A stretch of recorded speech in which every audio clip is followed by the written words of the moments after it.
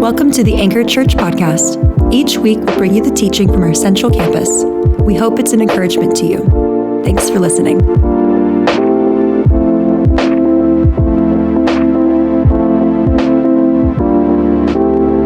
My name's BonnieJean, like Brian said. I'm on the team here. I'm the pastor of groups and classes, and I'm really excited to be with you this morning. We're finally in a day of age where the only clock at our house that didn't tell us that daylight savings had happened is our oven. Everything else changed, including my kids' alarm clocks. So they were not up at the right time today, and we were thankful. So before I came on the team here at Anchor a couple years ago, I did 10 years of outreach youth ministry. I went to the teens where they were on their turf, on their schools, at their football games, got to know them, earned the right to tell them about Jesus and invite them to weekly meetups and to summer camp where we would present the gospel to them so they could hear, often for the first time, that God loved them. And then sometimes, if I was lucky, this miracle happened where they'd join a 6 a.m. before school Bible study with me at a coffee shop. That alone, that's a miracle, right? At these Bible studies, when we'd start for the first time, oftentimes their first time ever really diving into the Bible for themselves, we would start with the book of John. And we started there because, although we haven't gotten here yet as a community, John's gospel has John, the author, over and over describing himself as the one Jesus loved. And if they were going to learn anything, I wanted them to learn from the guy that knew he was loved. You can tell when people know they're loved. It's a life-changing love. You could know you're loved, but there's a difference when you know you're loved. Claiming it publicly, a love that changed who you are, I want to know about John's Jesus. This is week 4 of our journey in John.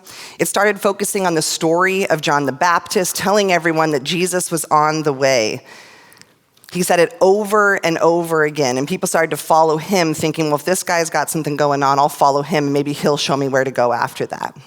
And today we pick up with John the Baptist standing on the edge of the Jordan River with Andrew and another unnamed man that a lot of people believe to be John, the writer of the gospel. So they are standing there together, and we pick up here in John 1:35-42. The next day, John was there again with 2 of his disciples. When he saw Jesus passing by, he said, "Look, the Lamb of God." When the 2 disciples heard him say this, they followed Jesus, turning around. Jesus saw them following and asked, "What do you want?" They said, "Rabbi," which means teacher, "where are you staying?" "Come," he replied, "and you will see." So they went and saw where he was staying, and they spent that day with him. It was about 4 p.m. Andrew, Simon Peter's brother, was one of the 2 who heard what John had said and who had followed Jesus. The first thing Andrew did was to find his brother Simon and tell him, "We have found the Messiah." That is the Christ, and he brought him to Jesus. Jesus looked at him and said, "You are Simon, son of John. You'll be called Cephas," which, when translated, is Peter. Would you pray with me? God, you are here. And when you arrive in front of us, you give us the opportunity to see you. And as we see you, you invite us to move with you. Would each of us be curious today about where you're going and what you're up to and what you see and what you say about who we are? Would you meet us exactly where we are this morning? Would you give us peace and your comfort? And would you remind us that we are the ones that Jesus loved? It's in your name we pray. Amen. In our daily lives, we're met with a lot of opportunities or invitations to follow. What makes you choose to follow something new? Let's think of social media as an easy example. It could be good branding, humor, a thoughtful message. What is it about a new podcast or a book or a documentary or a show that makes you try it for the first time? Oftentimes for me, it's based off others' recommendations. We follow because others are finding enjoyment, adventure, and we'll think, well, I'll try that. It's a shallow, everyday example, but I think it's relatable to each of us in our daily lives. We follow because someone invited or shared something with us. My earliest memories with Jesus started when I was a sleepover Christian. You might be wondering, what's a sleepover Christian? It's where you or me are invited to a Christian's house on a Saturday night for a sleepover with the negotiation that you will go to church with them the next day. And I didn't hate it. It was actually a pretty sweet deal, and I thought at the end of the day, I probably got the better end of the deal. I got to go have that sleepover that I loved. I'm super extroverted. I loved that opportunity. But then I got to go with people and have some hot chocolate and hang out with some nice people the next day. I learned that those sleepover Christian exchanges were well worth it. And I knew when I was there that if anybody asked why I was there, I could tell them just that. I had a sleepover with Ashley last night. And then in high school, I followed a lot of my new friends to Young Life. It's a teen outreach ministry here, and I found fun and adventure and, frankly, tolerated the religious parts. It was a safe space for me to realize that I liked Christians, even if I wasn't sure if Christ was for me. And if anyone asked, I said that I was there because it was fun and it was entertaining. And at the end of high school, my best friend and the guy I was dating at the time, both who had grown up in faith homes that revolved around Jesus, they were part of my life, and they both came to college with me at the same time. So because we'd been attending Young Life together in high school, we thought, let's check out some college ministries and look for that same thing. And they might have had more of an idea of what we were walking into, but I sure didn't. So when we attended these two different college ministries, we gave it twice in 1 week, I changed my mind. When I walked in, everyone was crying. I felt surrounded by crying people. Sometimes you have those moments where you're like, am I exaggerating? I don't think I was. I think the person in front of me, behind me, to the left of me, and diagonal were all crying at once. And I see now this was probably their first release, their first breathe out exhale of safety in a week of transition, coming to college and out of their home environments for the first time and encountering the God that they knew loved them. But for me, it was just weird. Sometimes we know what we don't want more than we know what we do. Can you relate? If anyone asked my answer to what are you looking for to be there, it was simple. Not this. About a year later, that same best friend joined the music team at one of those ministries. And they had every three-week rotation. So I gladly went back every 3 weeks. I could tolerate weird to hang out and support her. I didn't think twice. And going every 3 weeks for a couple of months helped me to see that it wasn't as weird as I thought. People didn't, in fact, cry every week. Or if they did, I stopped noticing. The songs she sang started to sound familiar, and I even liked a few of them.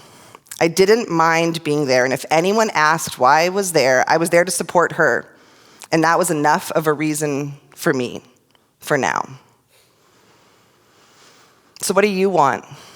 Why are you here today? What if you walked into church every week and you had to be ready to answer this question? You might not come as often. We oftentimes know we have an inner longing for answers, but if you're anything like me, you might not have pinpointed the wonderings, the worries, into clean, concise answers. We know life as we're experiencing it on our own is missing something, but we're just not sure what. We oftentimes just know that we need. And I think that's where we meet the disciples today, knowing they need, but not sure exactly what they're looking for. So as the disciples stand with John the Baptist, who points out Jesus to them, it says in verses 37 and 38, when the two disciples heard him say this, they followed Jesus. Turning around, Jesus saw them following and asks, "What do you want?" They said, "Rabbi," which means teacher, "where are you staying?" What do you want? You. It's a singular ask. What are you after? Everyone was looking for the Messiah, but nobody expected what they would find. In the "Are you there, God?"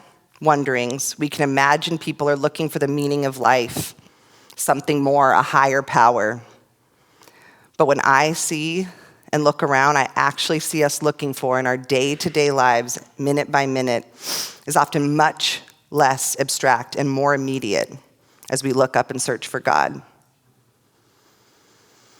Relief, help, a job, my child to stop suffering, my family member to break free from addiction, me to break free from addiction, for a pregnancy that lasts, and to not feel so alone.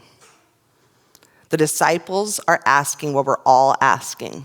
Are you our hope? Are you the one we've been waiting for? Could you help me? Do you get me? Do you live on my block? Do you know my life? And Jesus answers us all the same. Would you come with me? Come hang out with me. The invitation to show us. He always says to us, come and see.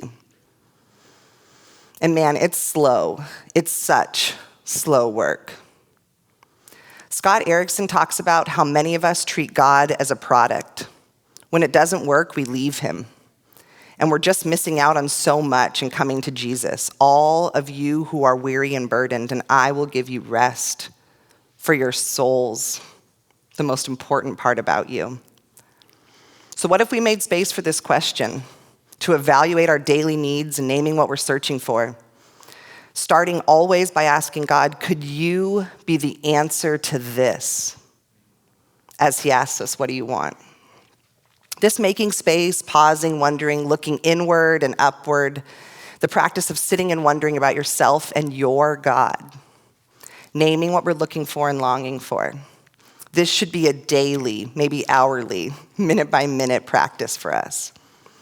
What if we knew, like John knew, that we were deeply loved by someone who wanted to walk with us in every wonder and worry, guiding us to what we're really asking for and needing? This process moves us from a fragile identity towards a stable one, centered on God and the real answers to all of our questions. But sometimes we have to go before we know. I did finally meet God. I know all of you are wondering. I was on a mission trip, and although that sounds super logical to those of you that have been around a while, it was shocking to me.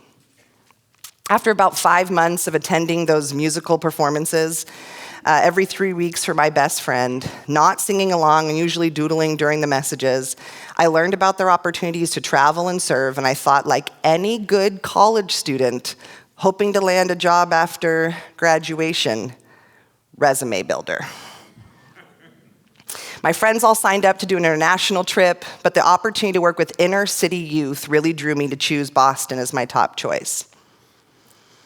I think I also really wanted to be anonymous and unknown, something I wasn't verbalizing, but realizing that standing between my boyfriend and my best friend at each of these music gatherings, I was realizing that I really felt watched. I felt them wondering, was she singing along? Did she close her eyes when she prayed? And it's when I finally realized I no longer had an answer to the question, why are you here? And choosing a trip I knew no one on felt like my safest bet to not be asked the question. God used my come and see willingness on behalf of my friend and met me there, inviting me pretty unknowingly to come and see him. I went before I really knew, but I can't deny that there was a wordless motivation and curiosity I was hoping to work out.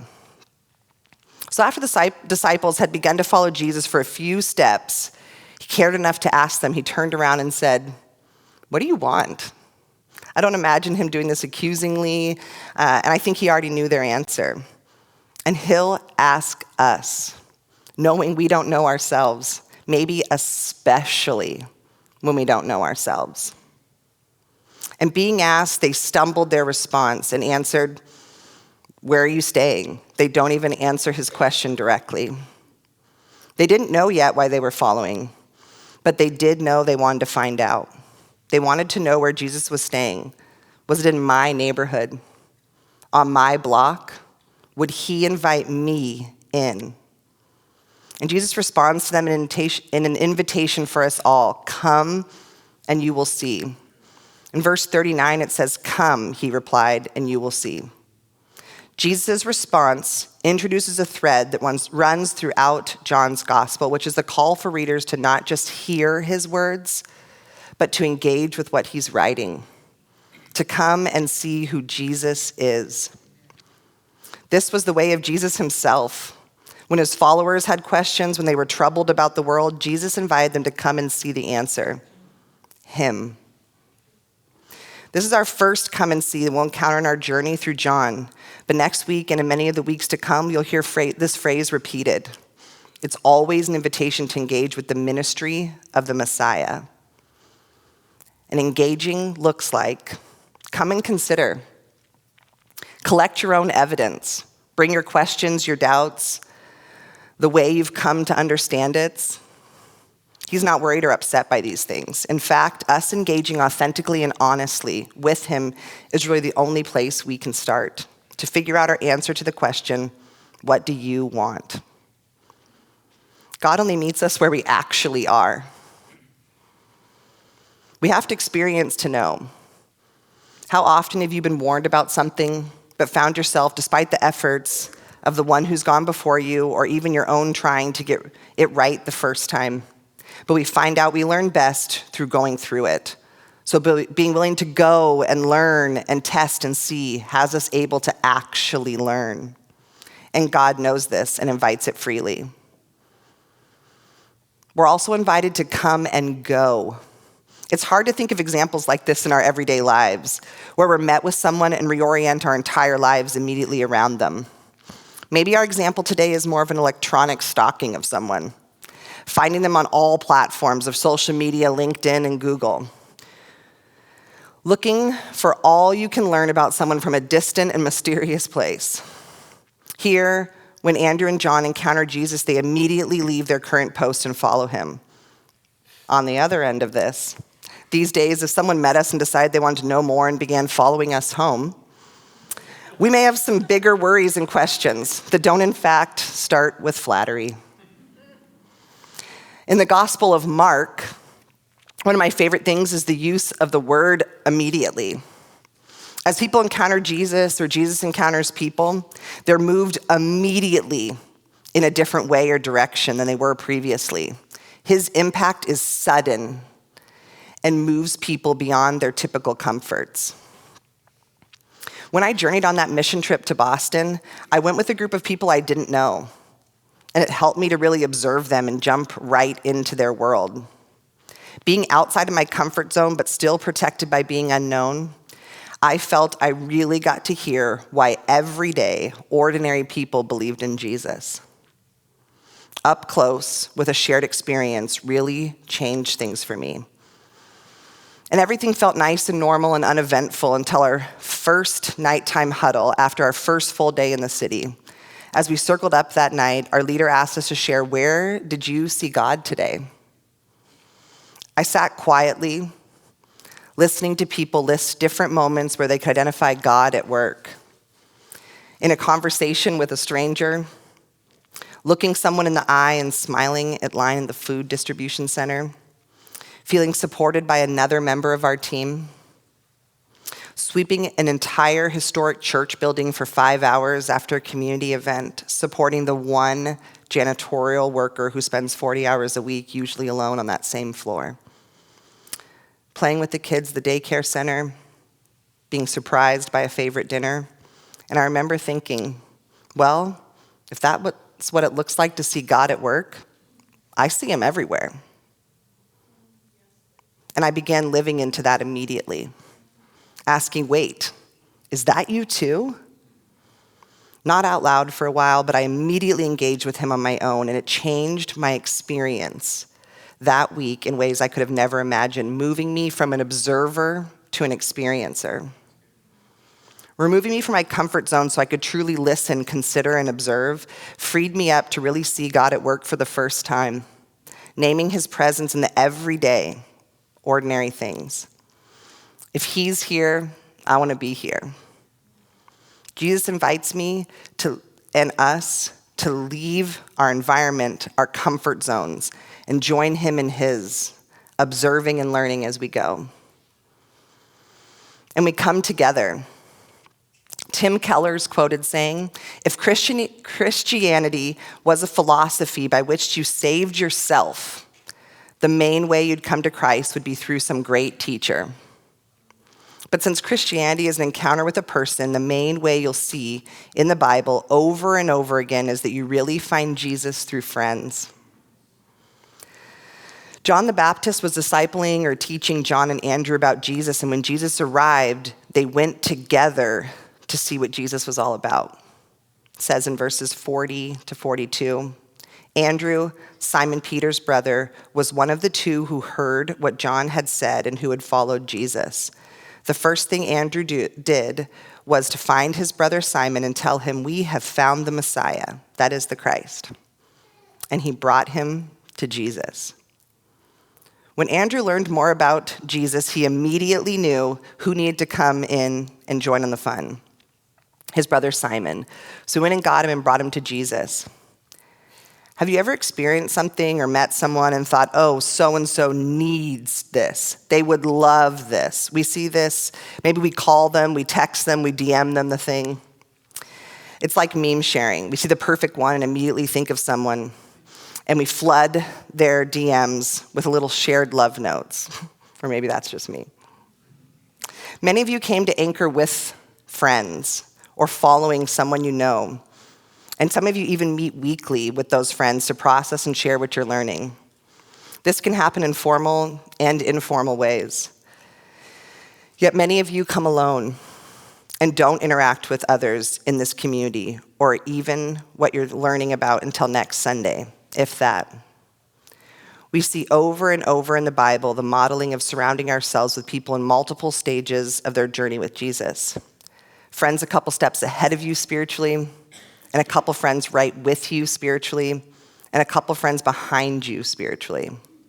We see this with Peter being brought by his brother Andrew, who was walking alongside John, following Jesus.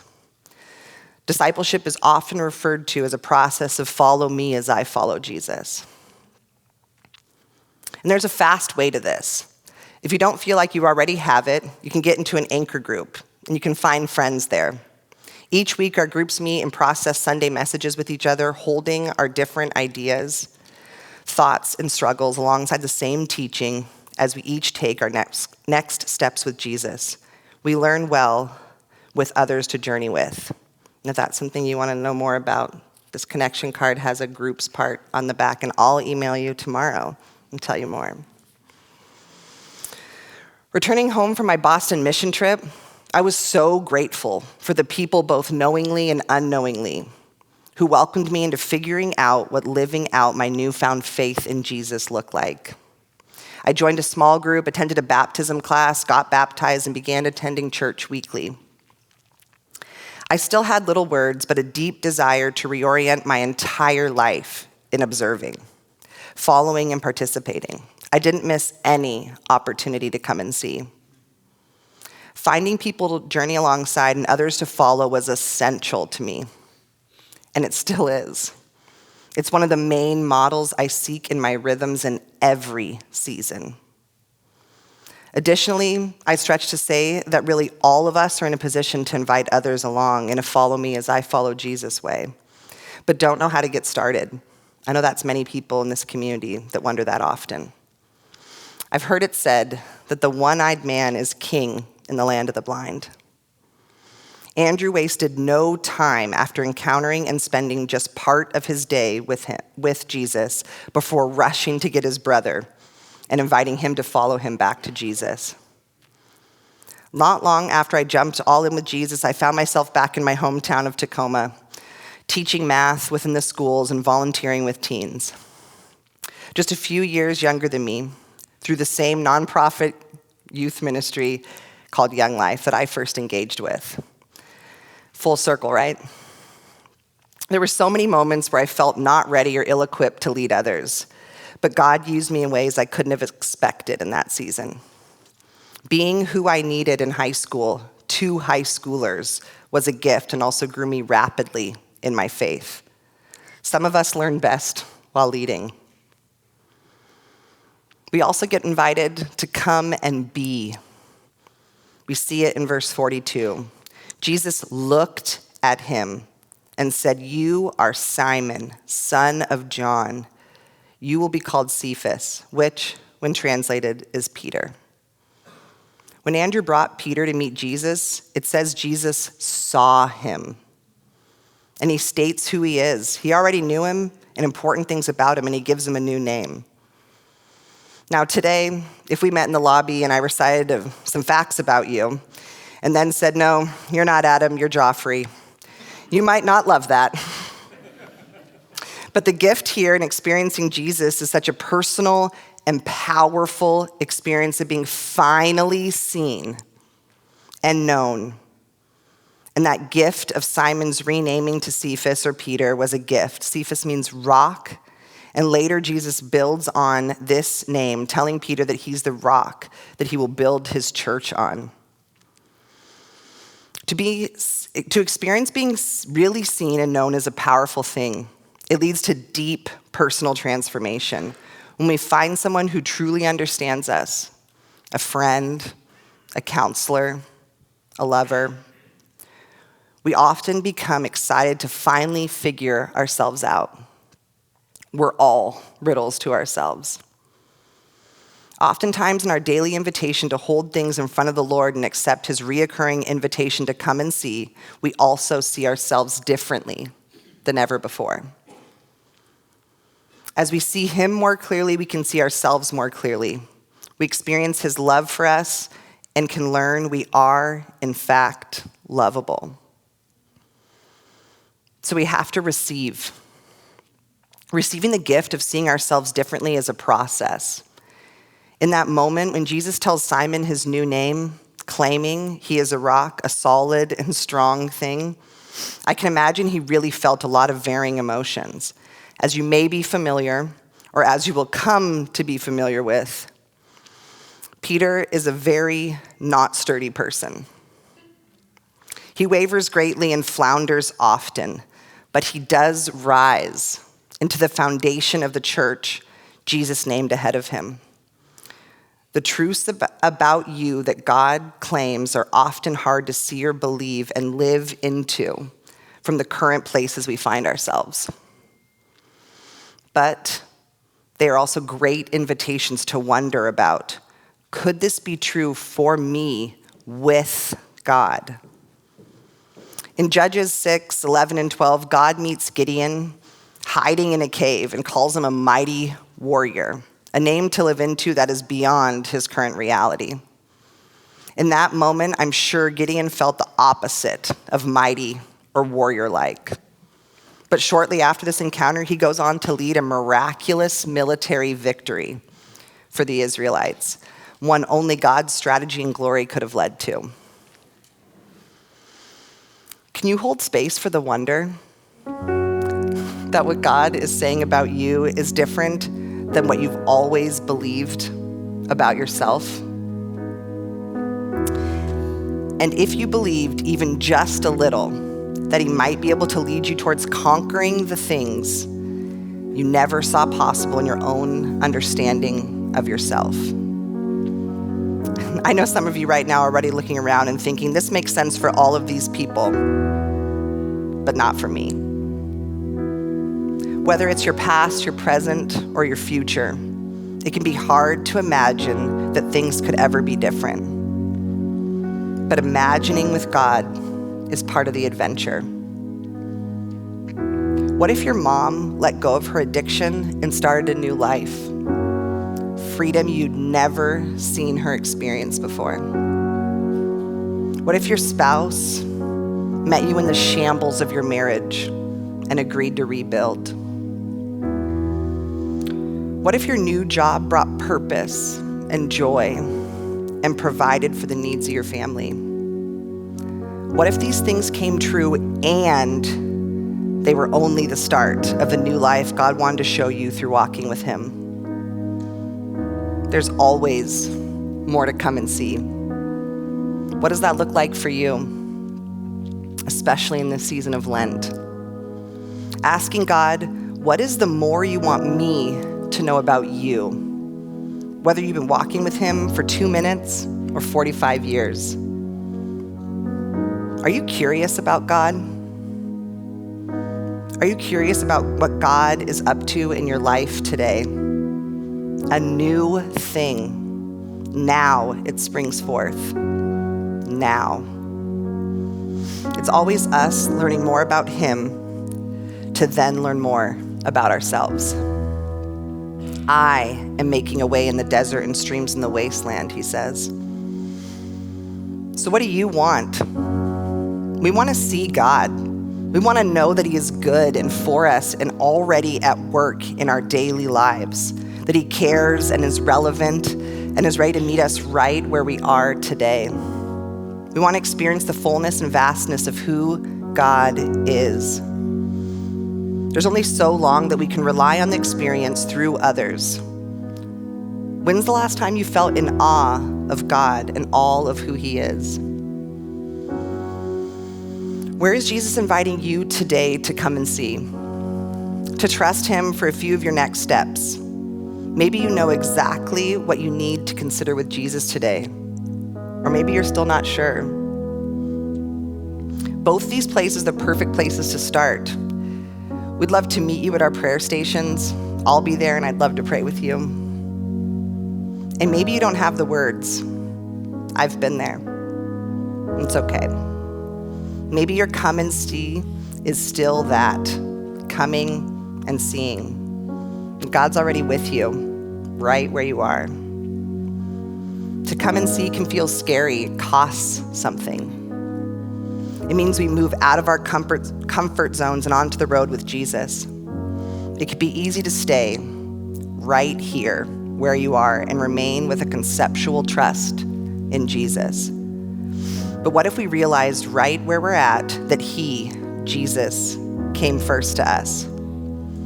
That he first saw us in our brokenness, in our belovedness, in our failure, and in our giftedness. And that his journey towards us, all the way to us, is what brings us true life. When we know that on the cross, Jesus came so close that he actually took on our mess and offers us his peace, then we will, over time, have excitement and not fear when he invites us to come and see. And that's what we get to do every week here with communion. To acknowledge that we can't move ourselves from where we're at on our own. We don't need more luck, more talent, or our own strength to move ourselves forward. We just need him. Acknowledging that need and receiving the gift of his body and his blood postures us to the perfect place for him to meet us and move us. Would you come and see with me?